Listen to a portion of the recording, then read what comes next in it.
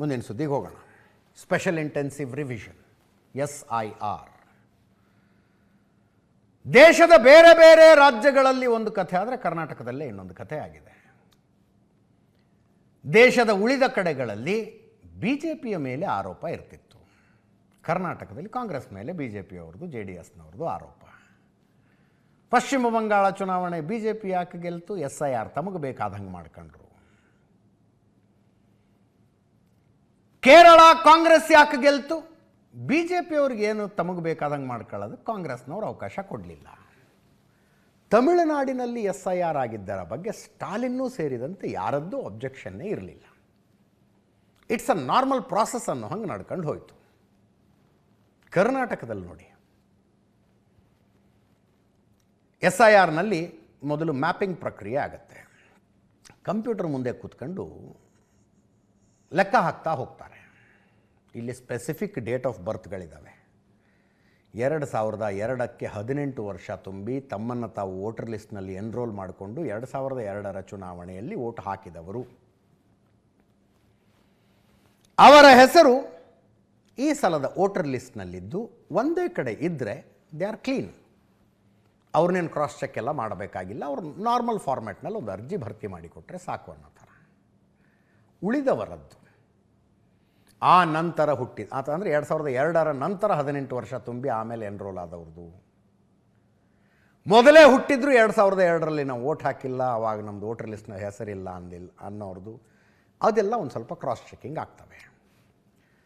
ಈಗ ನಡೀತಾ ಇರುವ SIRನ ಹಂತದಲ್ಲಿ BLOಗಳು, ಬೂತ್ ಲೆವೆಲ್ ಆಫೀಸರ್ಸ್, BLAಗಳನ್ನು ಅಂದರೆ ರಾಜಕೀಯ ಪಕ್ಷಗಳು ನೇಮಿಸಿರುವ ಏಜೆಂಟರನ್ನು ಕರ್ಕೊಂಡು ಮನೆ ಮನೆಗೆ ಹೋಗಬೇಕು. ಅದು ನಿಯಮ. ಮನೆ ಮನೆಗೆ ಹೋಗ್ಬೇಕು ಅವರು. ಬಟ್ ದಂಡಿ ದೃಶ್ಯಗಳಿದ್ದಾವೆ ಮೊಬೈಲ್ನಲ್ಲಿ ಶೂಟ್ ಆಗಿದ್ದು. ಇವರು ದೇವಸ್ಥಾನದಲ್ಲಿ, ಮಸೀದಿಯಲ್ಲಿ, ಮದರಸಾದಲ್ಲಿ, ಶಾದಿ ಮಹಲ್ನಲ್ಲಿ ಎಲ್ಲಂದ್ರಲ್ಲಿ ಕೂತ್ಕೊಂಡು ಮಾಡ್ತಿದ್ದಾರೆ. ಎಲ್ಲಂದ್ರಲ್ಲಿ ಕೂತ್ಕೊಂಡು BJPಯವ್ರದ್ದು JDSನವ್ರದ್ದು ಆರೋಪ.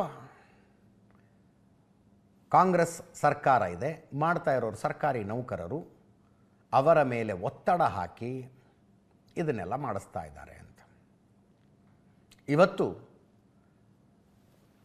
HD ಕುಮಾರಸ್ವಾಮಿಯವರು, ಪ್ರಹ್ಲಾದ್ ಜೋಶಿಯವರು, ಅವರ ನೇತೃತ್ವದ ಒಂದು ನಿಯೋಗ, ಇದರಲ್ಲಿ ನೋಡಿ ಅಲ್ಲಿ R ಅಶೋಕ್ ಅವರಿದ್ದಾರೆ, ಶೋಭಾ ಕರಂದ್ಲಾಜೆ, ರವಿಕುಮಾರ್, ಗೋವಿಂದ ಕಾರಜೋಳರು, ಅರವಿಂದ್ ಬೆಲ್ಲದ್, ಎಲ್ಲರೂ ಎಲೆಕ್ಷನ್ ಕಮಿಷನರ್ಗೆ ಕಂಪ್ಲೇಂಟ್ ಕೊಟ್ಟರು. ರಾಜ್ಯ ಸರ್ಕಾರ SIR ಪ್ರಕ್ರಿಯೆಯನ್ನು ದುರುಪಯೋಗಪಡಿಸಿಕೊಳ್ತಾ ಇದೆ ಅಂತ. CT ರವಿ ಅವರು, ಅಶ್ವಥ್ ನಾರಾಯಣ್ ಅವರು, ಅನೇಕರಿದ್ದಾರೆ. ರಾಜ್ಯ ಸರ್ಕಾರ SIR ಪ್ರಕ್ರಿಯೆಯನ್ನು ದುರುಪಯೋಗಪಡಿಸಿಕೊಳ್ತಾ ಇದೆ. ಯಾರ್ಯಾರು ಮಾತಾಡಿದ್ದಾರೆ ನೋಡಿ ಒಮ್ಮೆ.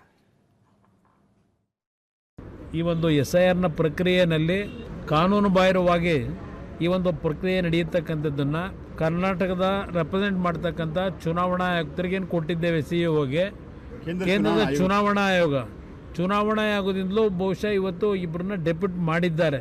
ವಿರೋಧ ಪಕ್ಷಗಳು ಟೀಕೆ ಮಾಡೋಕ್ಕೆ ಇರೋದು ಅಂತ ಆಗಿದ್ದರೆ ನಾನು ಆ ವ್ಯಕ್ತಿ ಕೇಳ್ತೀನಿ, ಮುಖ್ಯಮಂತ್ರಿಗೆ, ನೀವು ಪ್ರತಿನಿತ್ಯ ಮಾಡ್ತಾ ಇದ್ದೀರಲ್ಲ ಕೇಂದ್ರ ಸರ್ಕಾರದ ಅದು ಮಾಡಿದ್ದಾರೆ ಇದು ಮಾಡಿದ್ದಾರೆ ಅಂತೇಳಿ, ಆಗಿದ್ದರೆ ನೀವುಗಳು ಮಾಡ್ತಾ ಇರೋದು ಬರೀ ಟೀಕೆಗೋಸ್ಕರವಾ? ಇಲ್ಲಿ ನಡೀತಿರ್ತಕ್ಕಂಥ ಸತ್ಯಾಂಶ ಏನಿದೆ, ದಾಖಲೆಗಳ ಸಮೇತ ಇಟ್ಟಿದ್ದೇವೆ. ನೀವು ಬರೀ ಪೊಳ್ಳು ಹೇಳಿಕೆಗಳು ಕೊಟ್ಕೊಂಡು ನಿಮ್ಮ ಇಷ್ಟ ಬಂದಾಗ ನಡೆಸ್ಕೊಂಡೇನು ಹೊರಟಿದ್ದೀರಿ? ದೇಶದ ಮಾನ ಮರ್ಯಾದೆ ಹಾಳು ಮಾಡಲಿಕ್ಕೆ ಹೊರಟಿದ್ದೀರಿ. ಕರ್ನಾಟಕ ರಾಜ್ಯ ಸರ್ಕಾರದ ಕಾಂಗ್ರೆಸ್ಸಿನ ಕುಮ್ಮಕ್ಕಿನಿಂದ ಏನೋ ಅಕ್ರಮಗಳನ್ನು SIRದಲ್ಲಿ ಮಾಡ್ತಾ ಇದ್ದಾರೆ. ಇದರ ಒಂದು ವಿರುದ್ಧ ಪ್ರತಿಭಟಿಸಿ ಮನವಿಯನ್ನು ಕೊಟ್ಟಿದ್ದೇವೆ. ವಾಟ್ಸ್ಆ್ಯಪ್ ಗ್ರೂಪನ್ನು ರಚನೆ ಮಾಡಿ ಸಂತೆ ನಡೀತಿರುವಂಥ ಪ್ರದೇಶದಲ್ಲಿ, ಮದರ್ಸಾದಲ್ಲಿ ಮತ್ತು ಮಸೀದಿಯಲ್ಲಿ, ಕಾಂಗ್ರೆಸ್ಸಿನ ಹಿಂದಿನ ಚುನಾಯಿತ ಪ್ರತಿನಿಧಿಗಳ ಮನೆಯಲ್ಲಿ ಕರ್ನಾಟಕ ರಾಜ್ಯ ಮೊದಲ ರಾಜ್ಯ SIR ಅನ್ನ ಫೇಲ್ ಮಾಡಿದ ರಾಜ್ಯ. ಕಾನೂನು ಪ್ರಕಾರವಾಗಿ ಆಯಾ ರಾಜ್ಯಗಳಲ್ಲಿ ಎಷ್ಟೇ ಒತ್ತಡ ಇದ್ರೂ ಕೂಡ ನಮ್ಮ ಅಧಿಕಾರಿಗಳು ಸರಿಯಾದ ರೀತಿಯಲ್ಲಿ ನಡೆಸಿದ್ರು. ಮುಖ್ಯಮಂತ್ರಿಗಳು ಹೇಳ್ತಾರೆ ವೆಸ್ಟ್ ಬೆಂಗಾಲು, ತಮಿಳುನಾಡಲ್ಲಿ ಮಾಡಿದಂಗೆ ನಾವು ಮಾಡಕ್ ಬಿಡಲ್ಲ ಅಂದ್ರೆ ನಿಮ್ಮ ಅರ್ಥ ಏನು? ಕಾನೂನು ಬಾಹಿರವಾಗಿ SIR ನಾವು ಮಾಡಕ್ ಹೊರಟಿದ್ದೀರಿ. ಕಾಂಗ್ರೆಸ್ನವರೇ ನಡೀತಾ ಇರೋ ಪ್ರಕ್ರಿಯೆ ಎಲ್ಲ ಸರಿಯಾಗಿದೆ ಅಂತ ಹೇಳ್ತಾ ಇಲ್ಲ. ಹಂಗಂತ ಸಂಪೂರ್ಣ ತಪ್ಪು ಅಂತ ಹೇಳೋದಕ್ಕಾಗೋದಿಲ್ಲ. ಗೃಹ ಸಚಿವರು ಮೊನ್ನೆನೇ ಹೇಳಿದ್ರು, ಬೇಗ ಬೇಗ ಆಗುತ್ತಂತೇನೋ ಕಲ್ಯಾಣ ಮಂಟಪದಲ್ಲೆಲ್ಲ ಕರೆದು ಮಾಡಿಸ್ತಿದ್ದಾರೇನೋ ಹಾಗೇನೋ ಇರಬೇಕು ಅಂತ ಮುಖ್ಯಮಂತ್ರಿಗಳು ಸ್ಪಷ್ಟ ಇದ್ದಾರೆ. ಹಿಂಗಾಗಬಾರ್ದು, ನಿಯಮದ ಪ್ರಕಾರನೇ ಆಗಬೇಕು, ಸ್ಪಷ್ಟ ಸೂಚನೆ ಇದೆ, ಯಾರ ಮೇಲೂ ಒತ್ತಡ ಇಲ್ಲ ಅಂತ ಇವತ್ತು ಅವ್ರು ಕೇಳ್ತಾ ಇದ್ದಾರೆ. ಬಡವರು ಮತ್ತು ಅಲ್ಪಸಂಖ್ಯಾತರಿಗೆ ತೊಂದರೆ ಮಾಡುವುದು ವಿಪಕ್ಷಗಳ ಉದ್ದೇಶ. ಅಕ್ರಮ ಬಾಂಗ್ಲಾ ವಲಸಿಗರು ವೋಟರ್ ಲಿಸ್ಟ್ನಲ್ಲಿದ್ದರೆ ನಿಮ್ಮ ಸರ್ಕಾರ ಇದ್ದಾಗ ಯಾಕೆ ತೆಗೆದುಹಾಕಲಿಲ್ಲ ಅಂತ ಕೇಳ್ತಾ ಇದ್ದಾರೆ. ಡಿ ಕೆ ಶಿವಕುಮಾರ್ ಅವರು ಮಾತಾಡಿದ್ದಾರೆ, ಬಿ ಕೆ ಹರಿಪ್ರಸಾದ್, ಪ್ರಿಯಾಂಕ ಖರ್ಗೆ, ಜೊತೆಗೆ ಪ್ರತಾಪ್ ಸಿಂಹ ಅವರು. ಗೃಹ ಸಚಿವರಿಗೆ SIR ಎಂಬುದು ಅವರ ವಿದ್ಯಾರ್ಹತೆಗೆ ಮೀರಿದ ವಿಚಾರ. ನಕಲಿ ಮತದಾರರನ್ನು ನಂಬಿಯೇ ಕಾಂಗ್ರೆಸ್ ರಾಜಕಾರಣ ಮಾಡಿಕೊಂಡು ಬರ್ತಾ ಇದೆ ಅಂದರು. ಕೇಳಿಸ್ಕೊಳ್ಳಿ. ನಮ್ಮದು SIR ವಿಚಾರದಲ್ಲಿ ಸರ್ಕಾರದವರು ಯಾವ ರೀತಿ ಮಧ್ಯಪ್ರವೇಶ ಮಾಡೋದಿಲ್ಲ. ಆದರೆ ಅವ್ರಿಗೇನು ಆತಂಕ ಅಂದರೆ ನಮ್ಮ ಜನರಿಗೆ ಸರ್ಕಾರ ಇಷ್ಟು ಜಾಗೃತಿ ಮೂಡಿಸ್ತಾ ಇದೆಯಲ್ಲ, ಅದಕ್ಕೆ ಅವ್ರಿಗೆ ಭಯ ಇದೆ. ಅವ್ರದ್ದೊಂದು ದೊಡ್ಡ ಕುತಂತ್ರ ಏನಿದೆ ಅಂದರೆ ಬಡವ್ರ ಮೇಲೆ ಏನಾದ್ರು ಮಾಡಿ ತೊಂದರೆ ಮಾಡಬೇಕು, ಅಲ್ಪಸಂಖ್ಯಾತಕ್ಕೆ ತೊಂದರೆ ಮಾಡಬೇಕು. ಸುಮ್ಮನೆ ಬಾಂಗ್ಲಾದೇಶಗಳಿಗೋಸ್ಕರ ಮಾಡ್ತೀವಿ. ಎಲ್ಲಿ ಯಾವ ಬಾಂಗ್ಲಾದೇಶ? ನಿನ್ನ ಕೈಯಲ್ಲಿ ಅಧಿಕಾರ ಇತ್ತಲ್ಲಪ್ಪ, ಬಾಂಗ್ಲಾದೇಶವ್ರನ್ನೆಲ್ಲ ಓಡಿಸ್ಬೇಕಾಯ್ತು, ಯಾರು ಬೇಡ ಅಂತ ಹೇಳಿದ್ರು. ಟೀಕೆ ಮಾಡ್ತಾ ಇದ್ದಾರೆ, ಟೀಕೆ ಮಾಡೋರಿಗೆ ಬೇಡನಕ್ಕಾಗ್ತದ? ಎಲಬಿಲ್ಲ ನಾಲ್ಗೆ ಮಾಡಲಿ. ಅವ್ರಿಗೆ ಕರ್ನಾಟಕವನ್ನು UPನೋ ಬಿಹಾರ ಮಾಡಬೇಕು ಅನ್ನೋ ಒಂದು ಹುನ್ನಾರ, ಅದಕ್ಕೆ ನಾವು ತೀವ್ರವಾದ ವಿರೋಧವನ್ನು ಮಾಡ್ತೀವಿ ಅಂತೇಳಿ ನಾನು ಹೇಳಿಕ್ಕೆ ಇಚ್ಛೆ ಬೀಳ್ತೇನೆ. ಆದರೆ ಇವರು ಸೆಂಟ್ರಲ್ ಫೋರ್ಸ್ ತಂದು ಬಿಹಾರಲ್ಲಿ UPನಲ್ಲಿ ಹೇಗೆ ಮಾಡ್ತಾರೆ ನೋಡಿ, ಬುಲ್ಡೋಸರ್ ರಾಜಕೀಯ, ಅದೆಲ್ಲ ನಮ್ಮ ಹೆಣದ ಮೇಲೆ ಮಾಡ್ಬೋದೇ ವಿನಃ ಇವ್ರ ಕೈಯಲ್ಲಿ ಮಾಡ್ಲಿಕ್ಕೆ ಆಗೋದಿಲ್ಲ. ನಾಳಿದ್ದಾದರೆ ಅಥವಾ ಗುರುವಾರದಂತೂ ನಾವೆಲ್ಲರೂ ಸಹ ಹೋಗಿ ಎಲೆಕ್ಷನ್ ಕಮಿಷನ್ ಭೇಟಿ ಮಾಡಿ ನಾವು ಸಹ ನಮ್ಮ ಅನಿಸಿಕೆಗಳೇನಿದೆ ಅಂತ ಹೇಳಿ ಬರ್ತೇವೆ. ಇವರ ಷಡ್ಯಂತ್ರ ಏನಿದೆ ಅಂದರೆ 3 ಚುನಾವಣೆಯಲ್ಲಿ ಇವರಿಗೆ ಸ್ಪಷ್ಟವಾದ ಬಹುಮತ 2/3 ಮೆಜಾರಿಟಿ ಸಿಕ್ಕಿಲ್ಲ. ಅದಕ್ಕೋಸ್ಕರ SIR ಮೂಲಕ ಎಲೆಕ್ಷನ್ ಕಮಿಷನ್ ಉಪಯೋಗಿಸ್ಕೊಂಡು ಇವರು ಮೆಜಾರಿಟಿಗೆ ಬರಲಿಕ್ಕೆ ಒಂದು ಪ್ರಯತ್ನ ಮಾಡ್ತಾ ಇದ್ದಾರೆ. BJP ಅವರು ಇದು ಸ್ಟ್ಯಾಂಡರ್ಡ್ ಆಪರೇಟಿಂಗ್ ಪ್ರೊಸೀಜರ್. ವೆಸ್ಟ್ ಬೆಂಗಾಲ್ನಲ್ಲೂ ಕೂಡ ಈ ಪ್ರಕ್ರಿಯೆ ಪ್ರಾರಂಭ ಆದಾಗ ಪ್ರತಿಭಟನೆ ಮಾಡಿದ ಯಾವ ಪಾರ್ಟಿ ಹೇಳಿ? BJP ಅವರೇ. ಇಡೀ ವ್ಯವಸ್ಥೆಯನ್ನು ಇವರು ಕ್ಯಾಪ್ಚರ್ ಮಾಡೋ ಪ್ರಯತ್ನ ಮಾಡ್ತಾ ಇದ್ದಾರೆ. ಇವೆಲ್ಲ ನಾಟಕ ಇವ್ರದ್ದು. ಮುಸಲ್ಮಾನರ ಬಾಹುಳ್ಯ ಇರುವಂಥ ಜಾಗಗಳಲ್ಲೇ ಮಸೀದಿಯಲ್ಲಿ ಮತ್ತು ಚೌಲ್ಟ್ರಿಗಳಲ್ಲಿ ಯಾಕಾಗಿ ಎನ್ಯುಮರೇಷನ್ ಫಾರ್ಮ್ ಕೊಡ್ತಾ ಇದ್ದೀರಿ? ಡೋರ್ಗೆ ಹತ್ರ ಹೋಗಬೇಕಾಗಿರೋದು ಈ ಮನೆಯನ್ನು ನಾವು ಇದು ಈ ಒಂದು ಸ್ಪೆಷಲ್ ಇಂಟೆನ್ಸಿವ್ ರಿಜಿಸ್ಟ್ರೇಷನ್ಗೆ ನಾವು ಈ ಮನೆಗೆ ಬಂದಿದ್ದೀವಿ ಅಂತ ಸ್ಟಿಕ್ಕರ್ ಅಂಟಿಸ್ಬೇಕಾದ ಕಡ್ಡಾಯ ತಾನೆ. ಕಡ್ಡಾಯ ಆದಮೇಲೆ ನೀವು ಮಸೀದಿನಲ್ಲಿ ಛತ್ರದಲ್ಲಿ ಕೂರಿಸ್ಕೊಂಡ್ರೆ ನೀವು ಎಲ್ಲಿ ಸ್ಟಿಕ್ಕರ್ ಅಂಟಿಸ್ತೀರಿ? ನೀವು ಮಾನ್ಯ ಮುಖ್ಯಮಂತ್ರಿಗಳ ಅವರ ಕಾರ್ಯವಿಧಾನವನ್ನು ನಾವು ನೋಡಿದ್ದೀವಿ, ಅವರ ಆಡಳಿತ ಶೈಲಿಯನ್ನು ನಾವು ನೋಡಿದ್ದೀವಿ.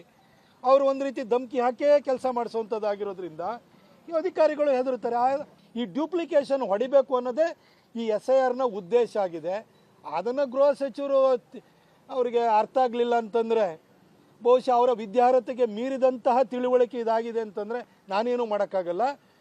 ಕಾಂಗ್ರೆಸ್ಸಿಗೆ ಈ ಡ್ಯೂಪ್ಲಿಕೇಶನ್ನು ಮಲ್ಟಿಪಲ್ ಲೊಕೇಶನಲ್ಲಿ ಓಡಿಸಿರೋವಂಥದ್ದು ಇದು ಮುಸಲ್ಮಾನರದೇ ಅಂತ ಅವ್ರಿಗೆ ಭಾಳ ಚೆನ್ನಾಗಿ ಗೊತ್ತು.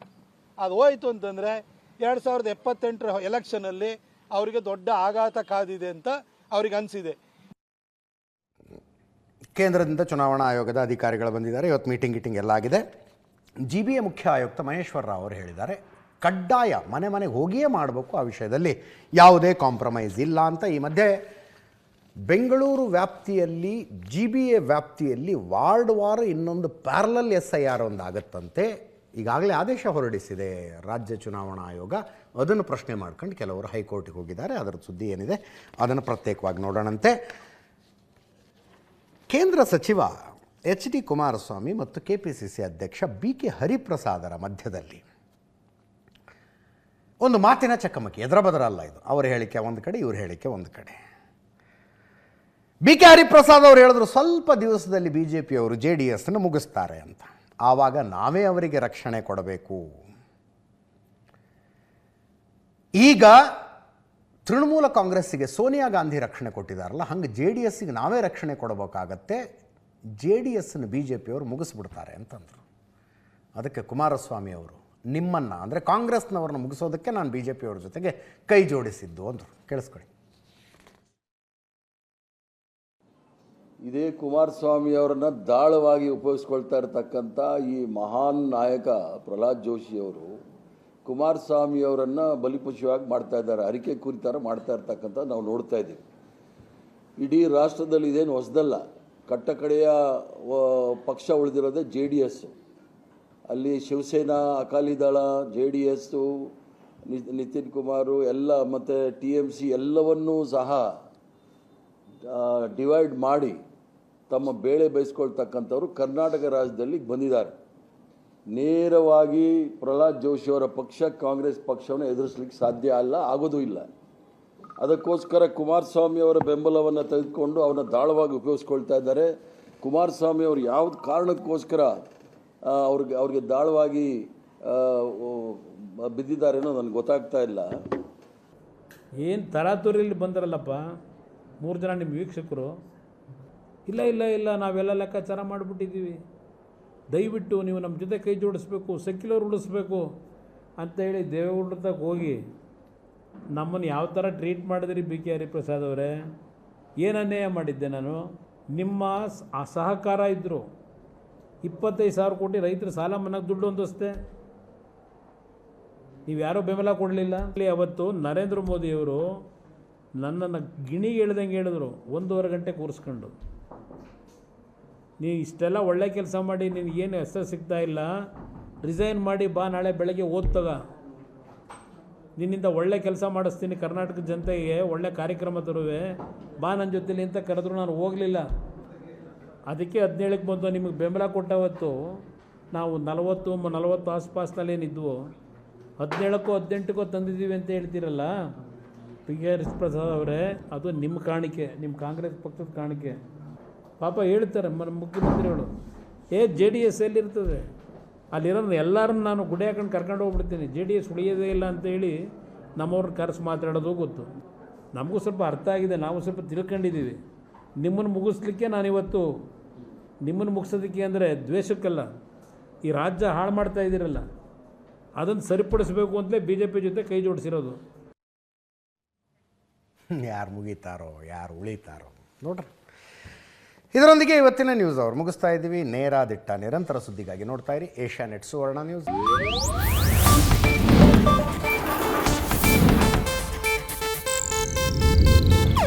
ಇದು ಏಷ್ಯಾನೆಟ್ ನ್ಯೂಸ್ ನೆಟ್ವರ್ಕ್ ಪ್ರಸ್ತುತಿ.